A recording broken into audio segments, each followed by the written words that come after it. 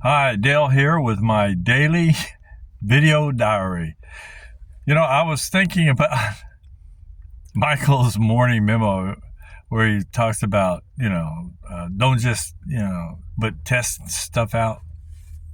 It reminded me years ago, back when I lived in Uvalde, I had come up to San Antonio one weekend to see my family and some friends.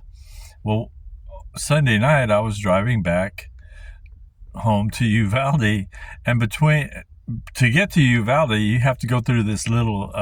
It's like a speed trap town. It's pretty good size, but they're notorious for giving you tickets.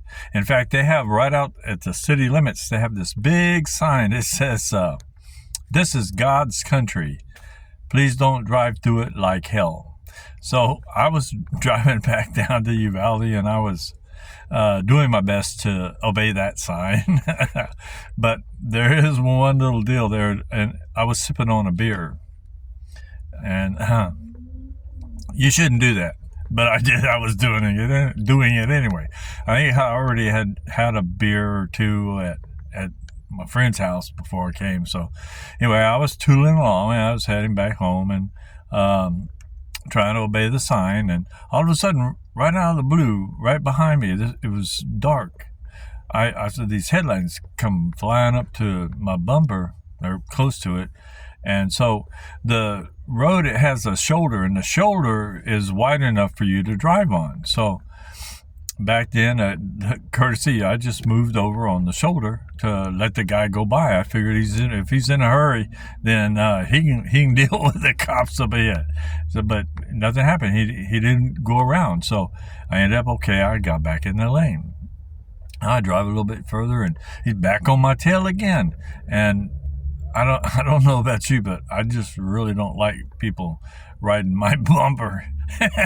So I moved over again on the shoulder of the road, and it's still nothing. He just stayed right there.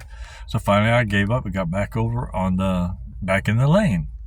And this happened about 2 more times. And then all of a sudden I lost sight of him. And then the next thing you know, red lights flashing. Oh God. So I pulled over, and I had that beer. So the officer comes, and the long story short, they arrest me. They say, you drunk, you're drunk, and all this other kind of stuff. And I said, no, sir, officer, no, I'm not. I'm innocent. They didn't believe me. They didn't take my word for it. So they take me down to the pokey, and they, they do all the things that they do. They gave me a breathalyzer.